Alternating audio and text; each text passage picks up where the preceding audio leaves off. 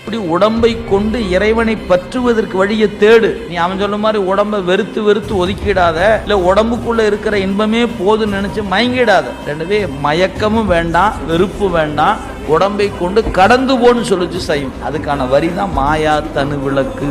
இதெல்லாம் புரியாம தான் நம்ம யாரோ சொல்றாங்க ஏதோ சொல்றாங்க நினைச்சிட்டு மயங்கி விடுகிறோம். சைவம் நமக்கு அப்படிலாம் சொல்லலை. உடம்பை கொண்டுதான் இறைவனை பற்றி ஆகும். உடம்பு தேவை, ஆனா எதுக்கு தேவை? பற்றுவதற்கு தேவை. பற்றி விட்டுட்டா கலட்டி விட்டுடு, சாமி தயாரா நிக்கிறேன், கூப்பிட்டா வந்துடுவேன், அவ்வளவுதான். இல்ல இன்னும் கொஞ்ச நாள், இன்னும் ஒரு 10 நாள், இன்னொரு 6 மாசம், இன்னும் ஒரு வருஷம், அதெல்லாம் கூப்பிட்டா தயாரா. ஏன் இதுக்கு தானே சாமி காத்து, எப்ப கூப்பிடுவேன் எப்ப கூப்பிடுவேன் அப்படின்னு காத்து கடக்க வேண்டியதுதான். ஏன் அது வரைக்கும் செய்ய வேண்டிய கடனை செஞ்சுக்கிட்டே இருக்கணும். பூ வைக்கணும், தண்ணி வைக்கணும், பூ வைக்கணும், தண்ணி வைக்கணும், 5 எழுத்து சொல்லணும், திருமுறை படிக்கணும், சாத்திரம் படிக்கணும், இதே ஓடிக்கிட்டே இருக்க வேண்டியதுதான். ஏன் அவர் கூப்பிடும் போது அத்தனையும் அப்பப்ப அப்படியே விட்டு போட்டு போயிடும். அப்பப்ப